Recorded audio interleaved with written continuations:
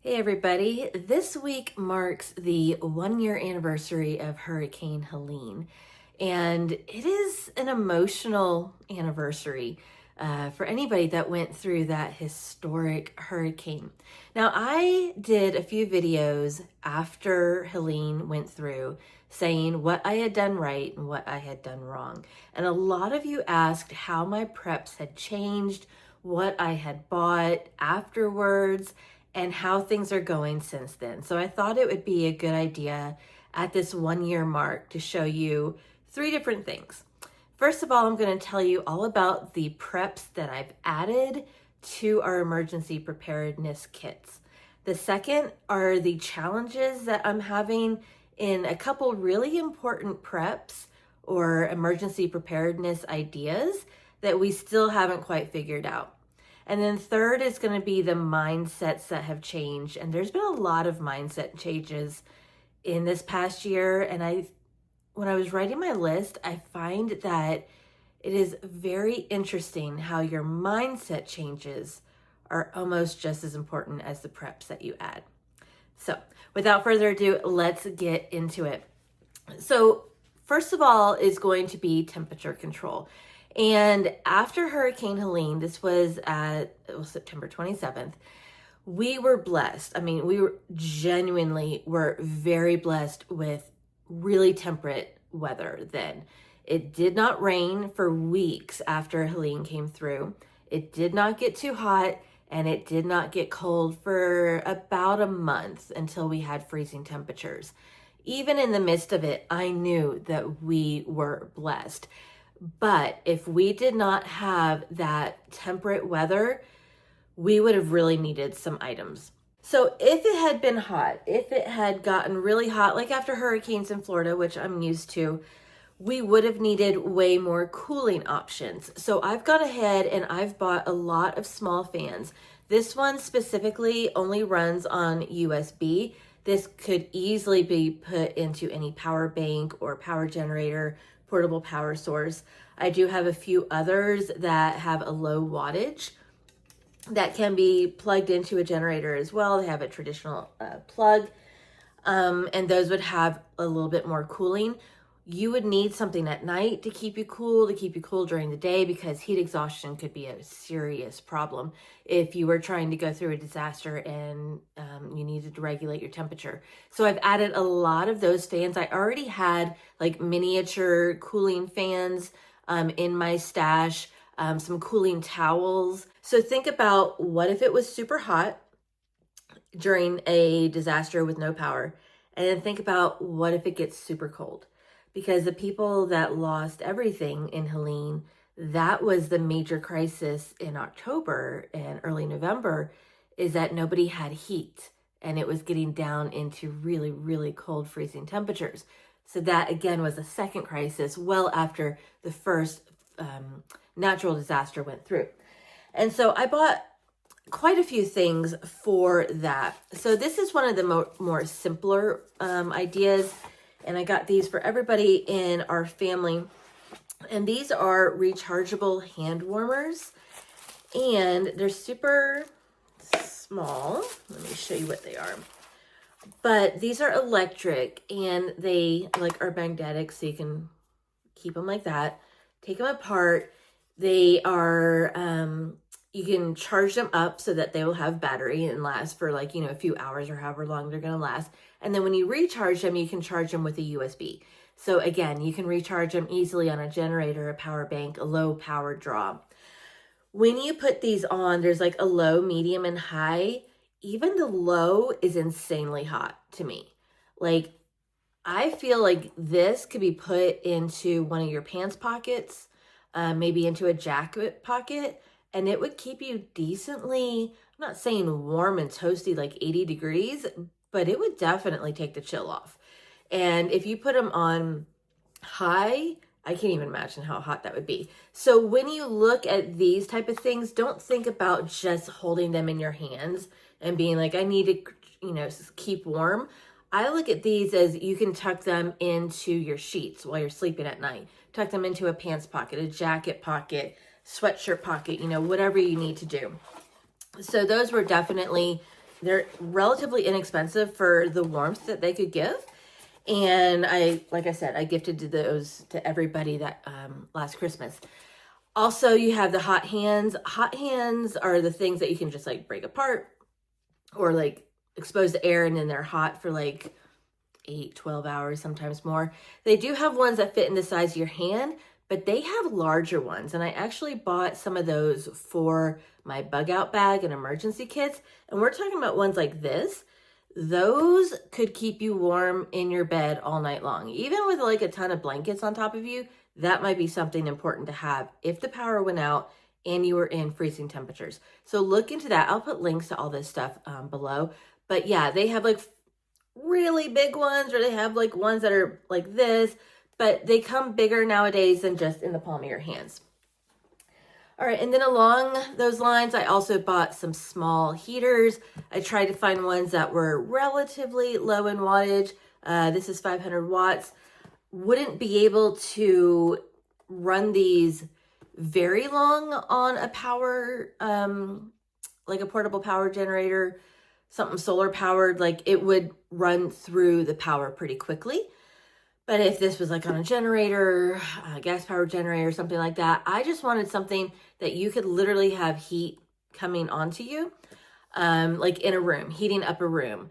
We already have a portable tent that in an emergency situation, you could close off into one room and then sleep in a tent and keep like your body heat circulating like that. That is a great way of staying warm with no power when it gets super cold.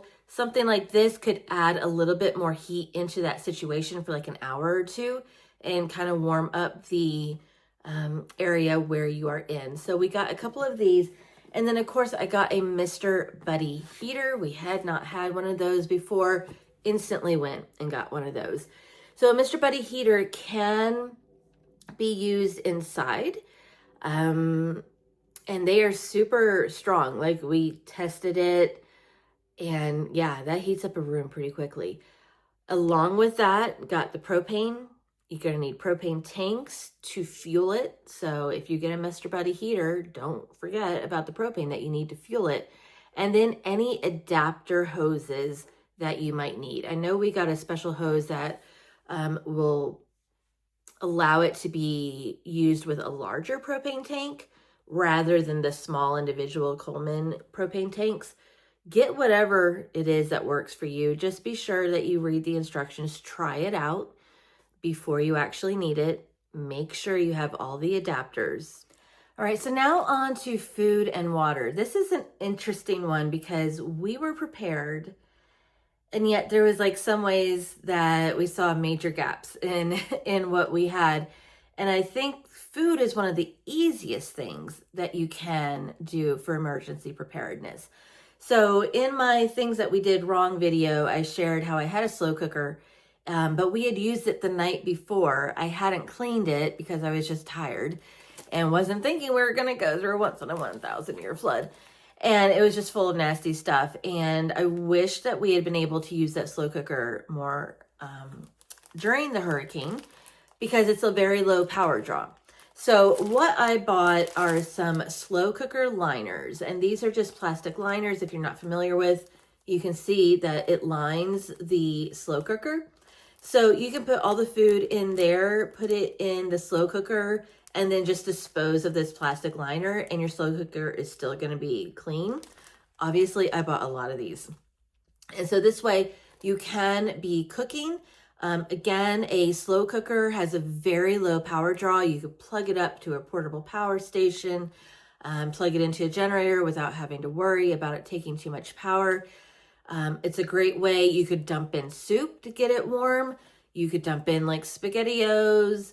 You could do a lot of meat. These are definitely important. Also, multiple people have shared that you can heat water in a slow cooker, so you wouldn't necessarily need these pans, but you can put water in there, and then that way you'd have hot water or, warmer water to bathe with, to maybe make hot drinks with, to add to dehydrated food. So definitely a slow cooker. If you don't have a slow cooker, I would seriously suggest getting one and adding it to your preps. Also, another great way to cook without having a lot of cleanup is I invested in a whole lot of aluminum disposable pans in different shapes. I got like small ones like that. And then I went to Sam's Club.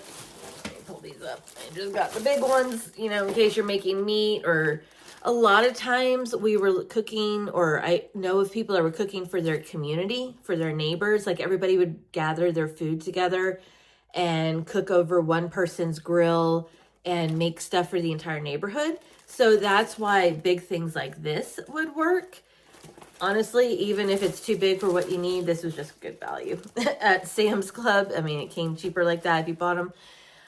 So yeah, disposable plates and cups and utensils, we already had that, but disposable cookware is also super important as well. Now, when it comes time to cooking, you need the power.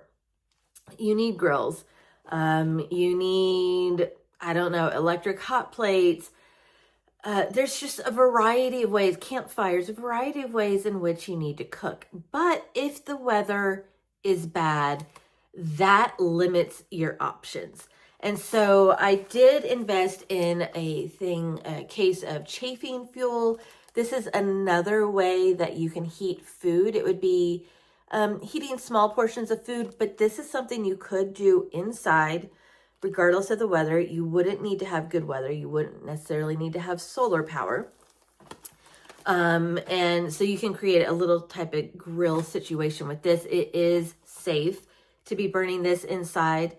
Again, a lot of the other cooking options are not safe to be doing inside. I do have my electric hot plate, which if you watch my other videos, you realize I couldn't find it in the middle of the disaster. I did find my 2 hot plates and now they are clearly labeled. That is another way that you could cook inside. And I find it interesting because getting food necessarily wasn't the problem in the disaster relief. You probably had enough food stored in your house to get you through the first few days, hopefully. Supermarkets did open pretty quickly. You weren't going hungry. The thing is that if you needed to heat food, that was the issue. Like we got a few hurricane disaster relief boxes and it had spaghetti and pasta and all kinds of things, soup, which were great and very thankful. But if you didn't have power, you still, once you got those boxes, had to fix it somehow. So it's not the availability of food that is necessarily the problem. It's the cooking of the food. So just think that through of whatever you're storing. And again, what we learned is I, like many other people, have a lot of food stored away that I'm like, in an emergency, it's not our first choice, but we'll eat it. And I'm not saying we didn't. But it goes a long way to have comfort food of what you're familiar with. Everybody says store what you eat and eat what you store. And I cannot agree more with that. In the foods that we are putting away, it's more of what we eat on a daily basis rather than like cans of Spam, and cans of random canned foods that I wouldn't eat on a daily basis. So that has changed as well. And also water. They say that you should have a gallon of water per person per day. And I hear a lot of people changing that to 2 gallons of water per person per day. And I fully agree with the 2 gallons of water because the 1 gallon is to consume. You still need water to brush your teeth. I wouldn't necessarily bathe every day, but every now and then you're going to want to at least take some type of, like even washing your hair in the sink or something like that if you didn't have running water in a shower. And cleaning, you can have all the disposable things that, the utensils, the plates, the cups, the slow cooker liners. And yeah, you can get away with a lot of that being disposable, but there's still some stuff that you need water to clean or you need water to rehydrate food. And when water is at a premium, you don't realize how quick you are going through it. So we adjusted things to have even more water.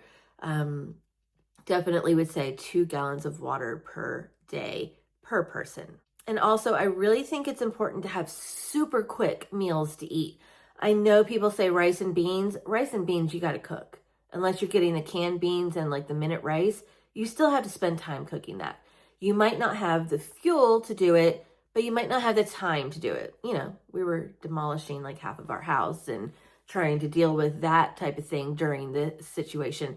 So I didn't have time to be sitting there cooking something and making something from scratch. I highly suggest cans of soup. Definitely you're going to be adding way more cans of soup than I had before.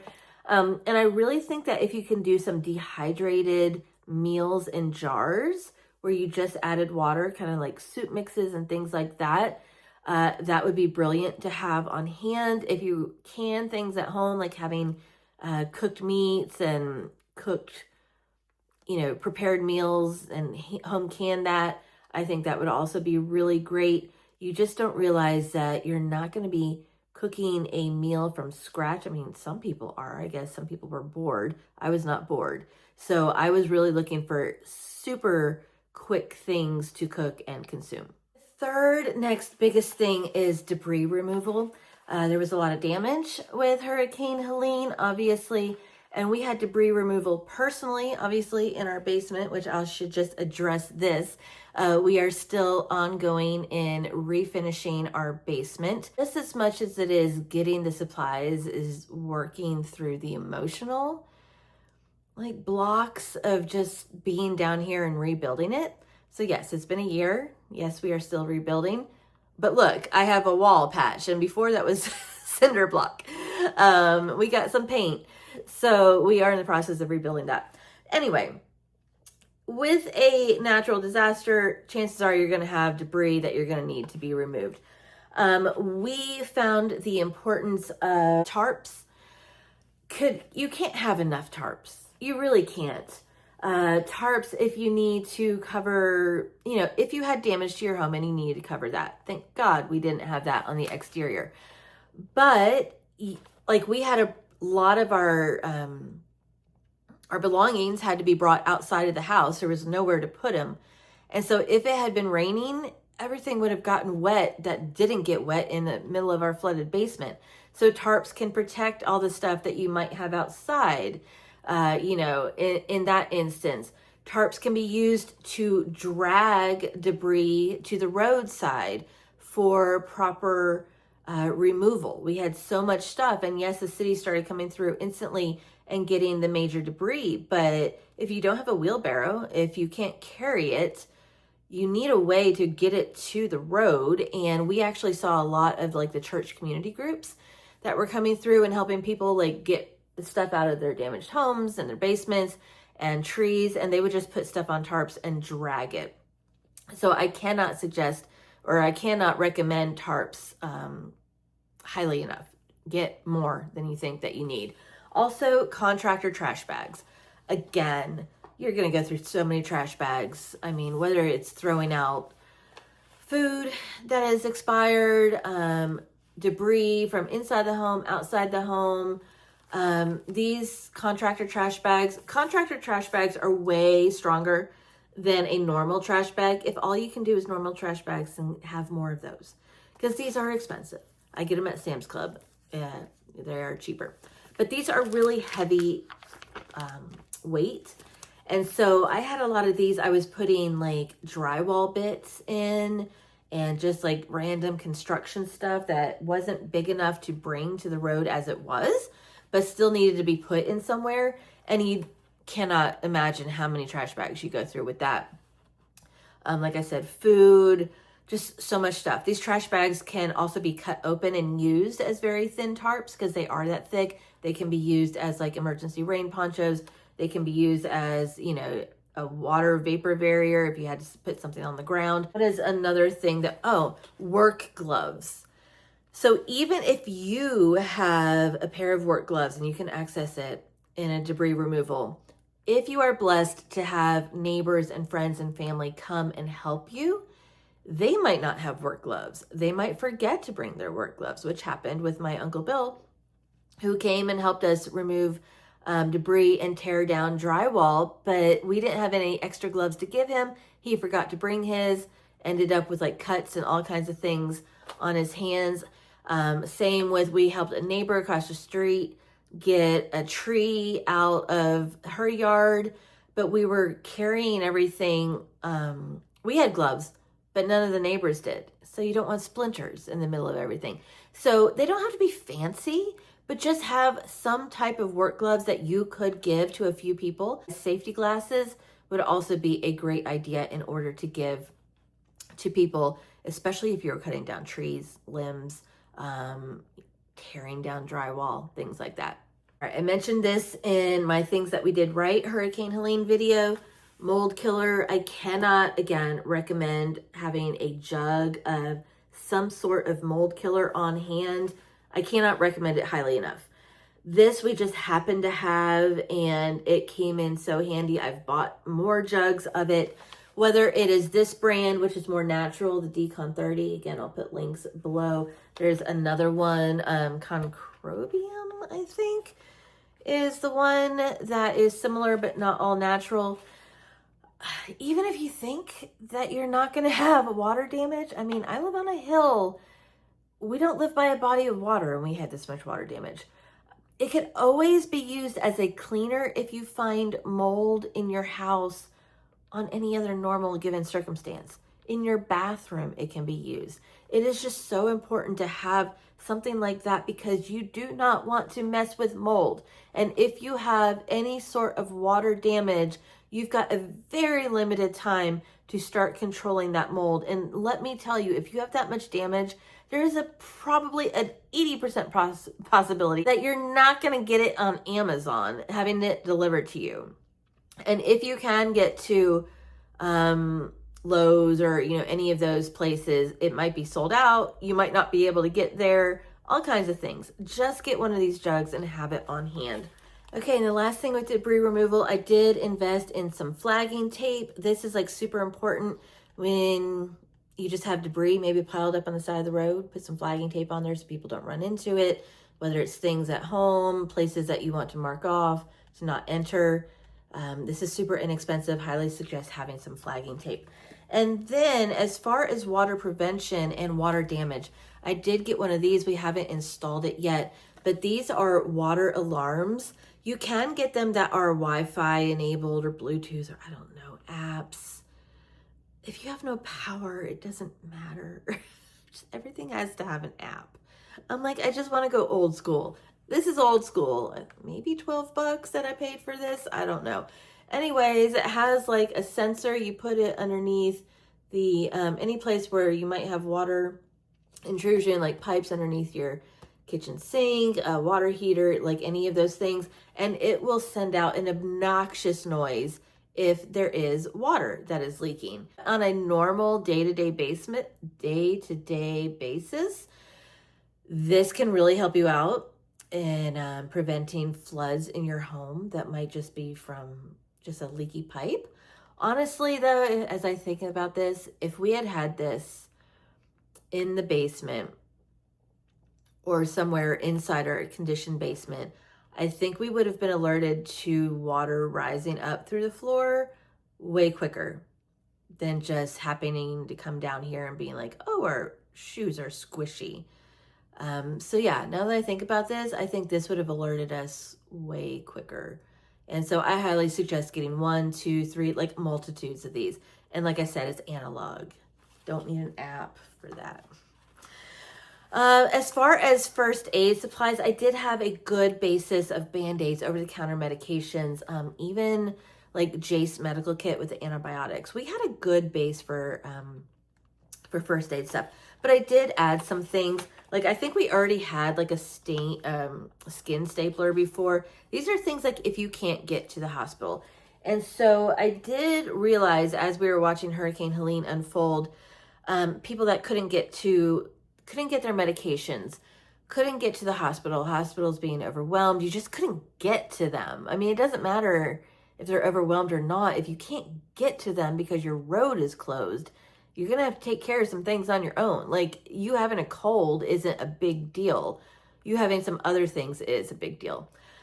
So we already had things like that. Even like, I had these laceration closures, for something that is deeper than what a Band-Aid would have. I'll put links to these things. I mean, I know it makes you kind of squeamish thinking about it. What would be more squeamish is living with and having somebody that you love or yourself in pain and needing these items and not being able to do anything for them. So just get the stuff, put it in your first aid kit, and hope by the grace of God that if you should ever have to use it, that you'll be given the peace and understanding and just wisdom in order to be able to use them. I've also added some Israeli bandages. I hear these recommended a lot of times in preparedness kits. And I also added in a splint kit, which is so important. So important if you needed any help. You have like one of these. This is a larger. This would be for a larger body part. This is a smaller one, like maybe a finger. Again, a little bit smaller, and then again, a little bit smaller. You just never know. And it's when you can get these things on sale or ask for, holiday presents or something, it's just good to have on hand. Also, part of my first aid kit or like health and wellness, I guess, like thinking that through, is adding more electrolytes. I talked about having electrolytes and how I think it really did help with the stress and, sweating a lot and exhaustion during the hurricane. I've just been really cognizant of having electrolytes on hand. We've tried some different brands, but just having something on hand to replenish the minerals that you need during a highly stressful event when you're not eating well and you might be sweating a lot. All right, some final things that we added as preps. We got a lot more extension cords. We had plenty during the power outage. That was fine. But I just added some more that had more options. Like newer ones are just newer and they can accommodate so many more than like the old school like extension cords that you might have. Also having like the USB-A and USB-C, all these things that modern technology runs off of. So adding another extension cord, make sure, when I say add extension cords, make sure that they'll work with the generator or whatever it is that you have, portable power bank, like a Jackery. And also make sure that they're long enough. Wherever you are going to put your generator, going to put your portable power station, you need an extension cord that is going to reach to the area that you need to be powering. So a 5-foot cord is not going to make a big deal, not going to make any difference if you have it outside, but you need to drag it all the way through your house to get to the kitchen. So just be sure that you have extension cords that are long enough.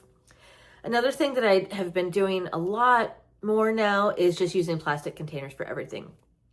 Unabashedly, everything goes in a plastic container or mason jars. I'm actually using a lot of mason jars for food storage. Just really aware of moisture and don't wanting anything damaged. So I've bought so many plastic totes, so many plastic totes. So definitely that is a change that I've done for all of our storage of all the emergency supplies. Even if it's like high up on a shelf, and I used to keep it just like in its original packaging, a cardboard box goes into a plastic container now. I have been really adamant about creating on-the-go emergency kits. You might have seen my bug out bag video. If you haven't, I will link it in the description below. Also, I've done an emergency kit that fits in a water bottle for your car. It has like basic things in there that you might need. I am just going through on creating a better, larger car emergency kit. I'm really thinking about like when I travel, what can be brought as a small emergency kit. Just really being aware of being prepared for emergencies, even if you're not at home. And so I have done strides in doing some of those, and I'll again put those videos below. I still need to work on some other options. Another one. This one is a big one, and I highly recommend all of you do it if possible. Not everybody can. We switched to Starlink. It is just like one of the best things I feel at this point that we have changed our preps with. seeing the internet outages and telecommunications outages after Helene, and 1 year later today, literally just walked my neighborhood 2 days ago, the cable company that also internet, they still to this day have wires across the road laying down the side of the road like for over a block underneath weeds, and that is how people are still to this day getting their internet and their cable. My neighbor across the street, she had to call repeatedly, keep begging them to get her internet cable, not like, it was literally duct taped to the box on the road, across the road, and then through the woods into her house. The internet just kept going out. I wonder why. Literally, the lead line was duct taped into the box. Then come January or February when we had snow, the snow plows went through and they snapped that line and she had no internet. If we had snow plows come through right now, those lines down the road would be snapped. And this is pretty common right now. Still, 1 year later, there is just telecommunication lines laying everywhere. Especially where my parents live in Lake Lure and Chimney Rock, they're still running along a ragged river edge. So get Starlink. I mean, if you are able with your tree coverage and having, availability with a signal, I know it's more expensive than some other cable plans. It might not be as expensive as you think. Look into it. I am telling you, Starlink, man.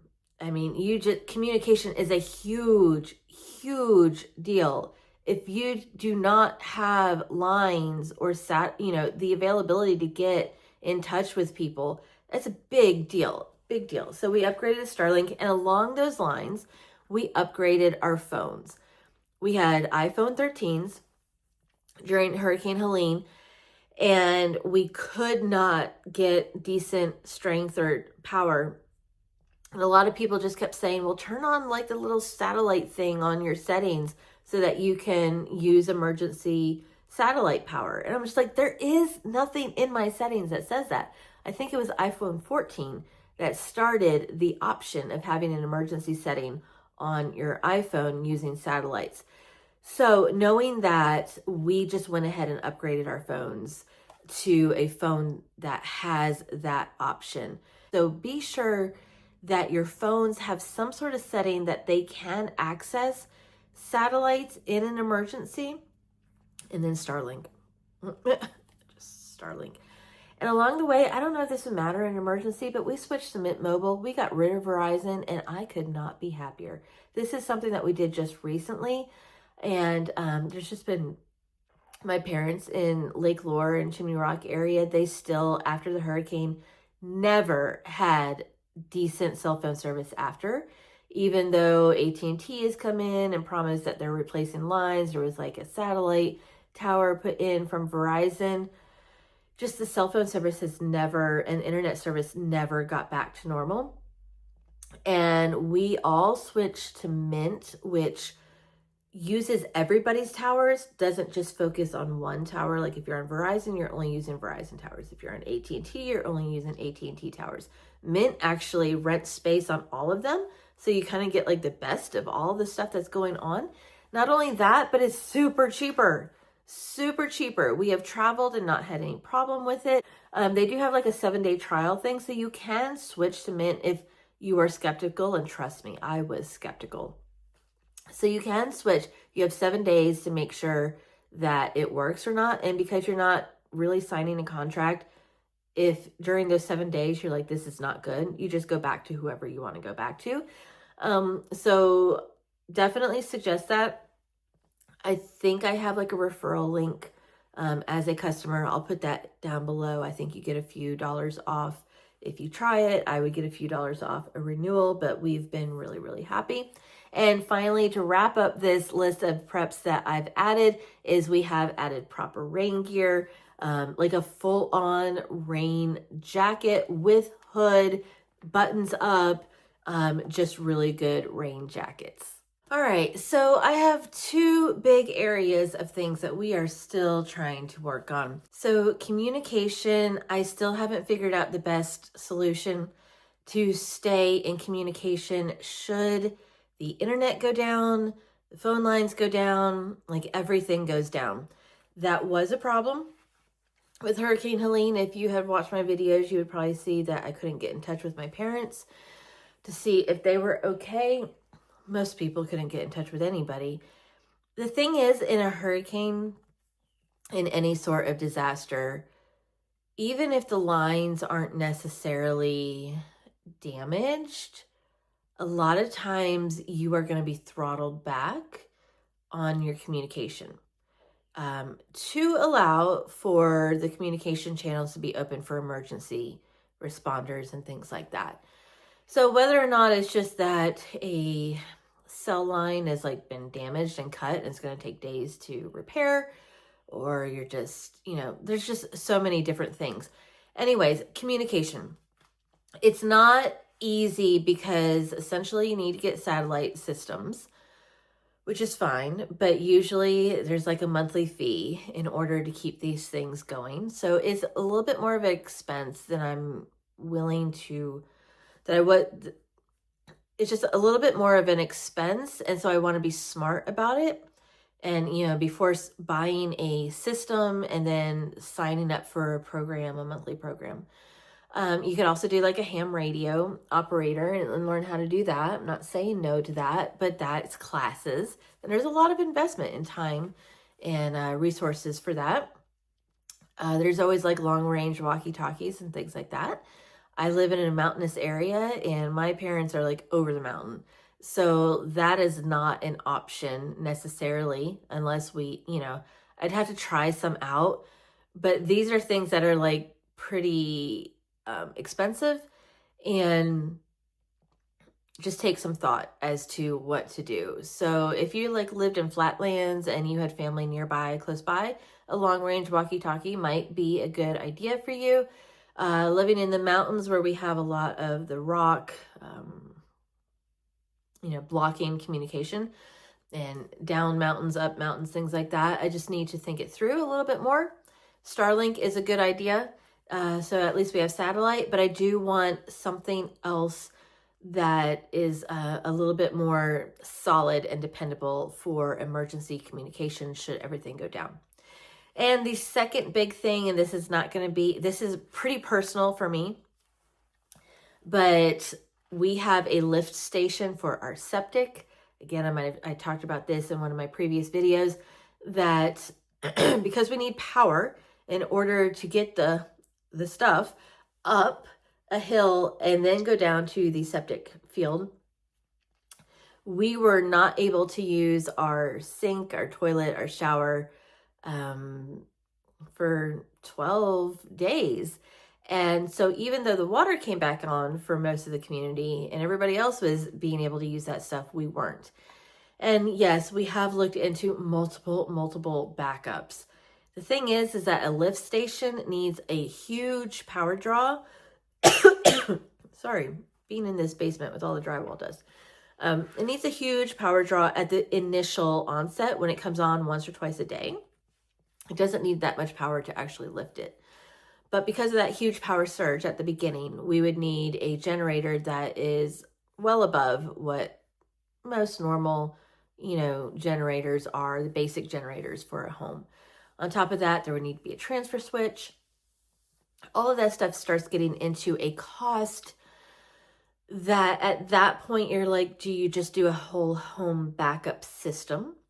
In which case, then we need to just really think about the money to do a whole home backup, power generator, gas line run, all of that stuff.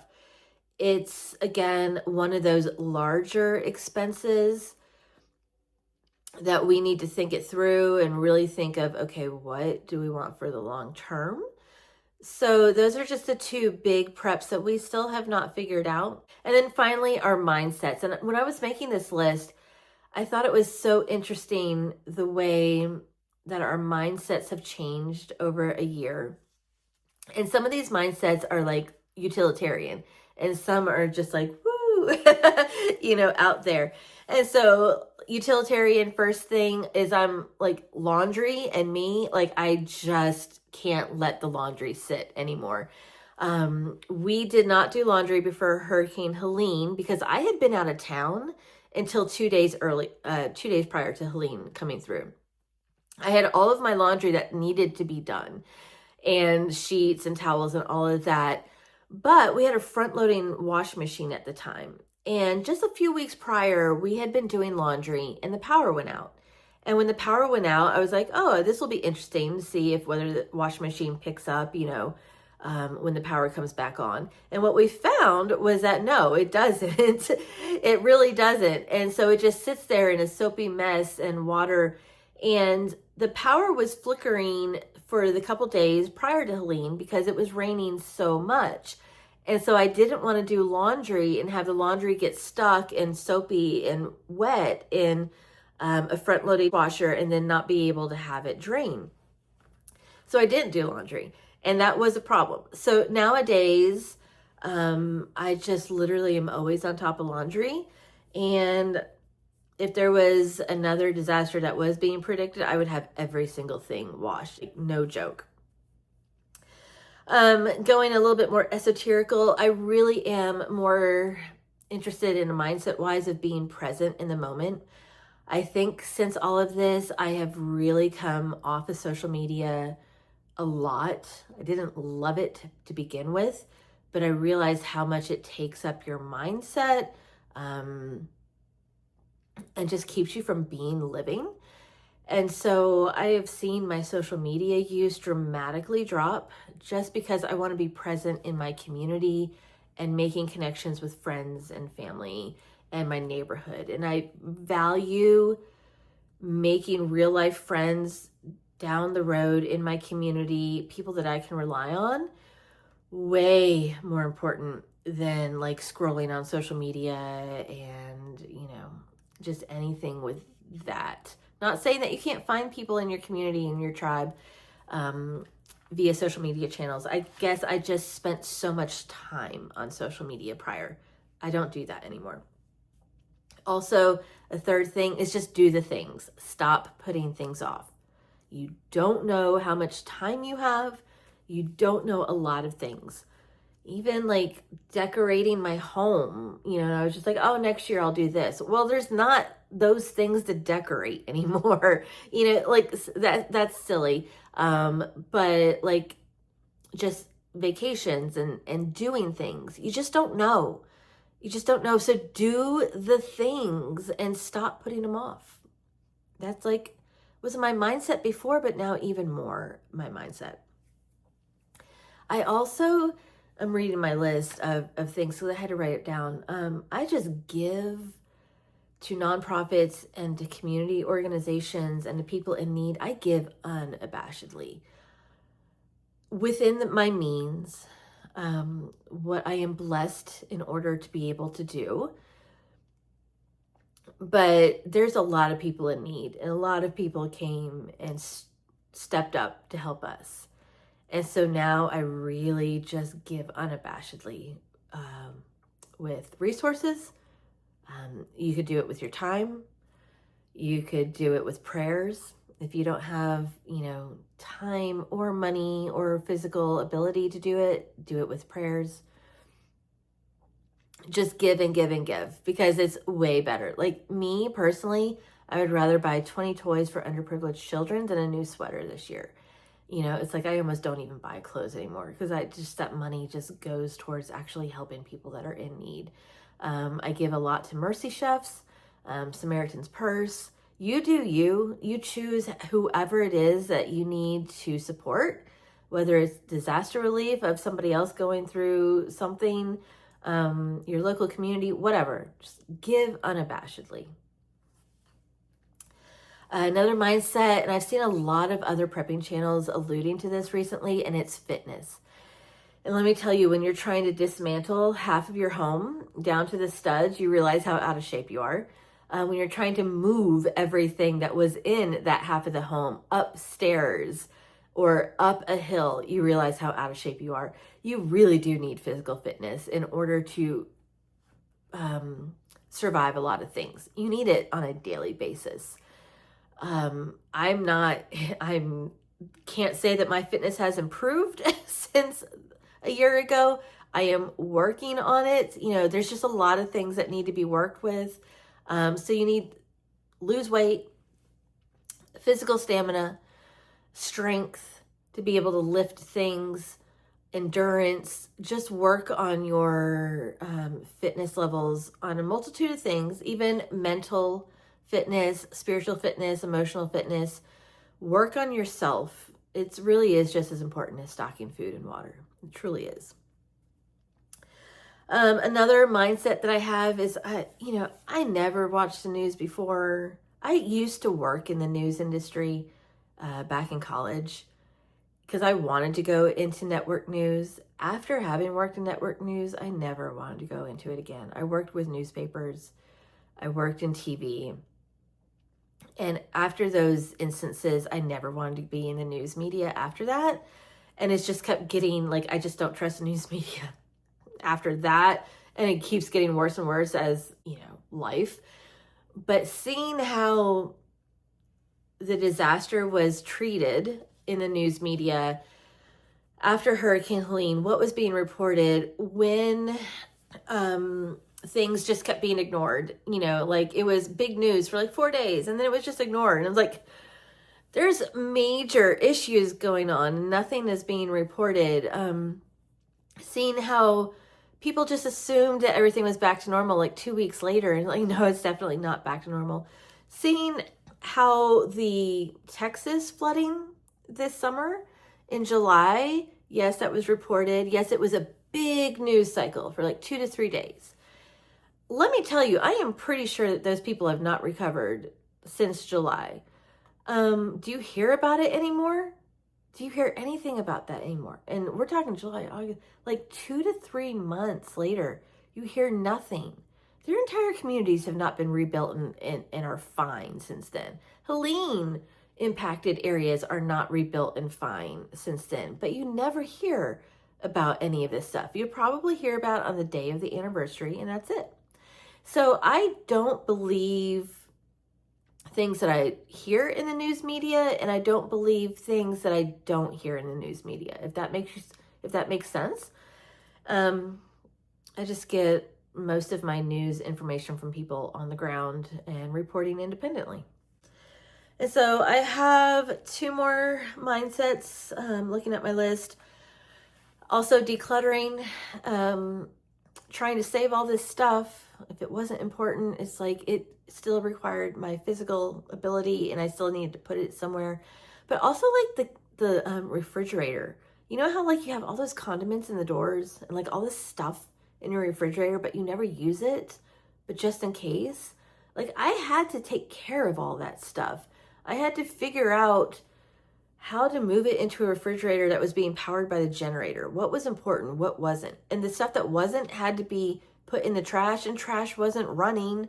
So that trash had to be stored somewhere. And I just realized how much stuff we were refrigerating in the refrigerator that I was like, I'm never going to be eating this anyway.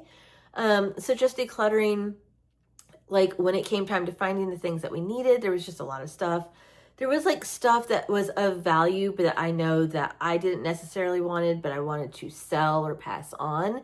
If that stuff had been damaged in the water damage, I would have been really upset because I just didn't take the time to pass that on to who it needed to get to. So I think decluttering, just for many reasons and mental sanity, is important. And then the final mindset is just disaster. Living after a disaster is more of a marathon and not a sprint. There are major things that need to be taken care of in the immediate days and weeks. But to this day, we still have roads closed. There is still road crews working on patching the roads. I'm telling you, every time I go into town, I never know which road is going to be closed or which road is going to be under construction. still to this day, 1 year later, there is still electric crews working on things. As I've alluded to, the telecommunications lines, those have still not been fixed. There are businesses that are just now going out of business. There were businesses that went out of business like after the end of the year because they were trying to hold on till, through Christmas. Businesses are still closing. People are still trying to find housing. People that had temporary housing after losing everything after the hurricane might have been put in temporary housing.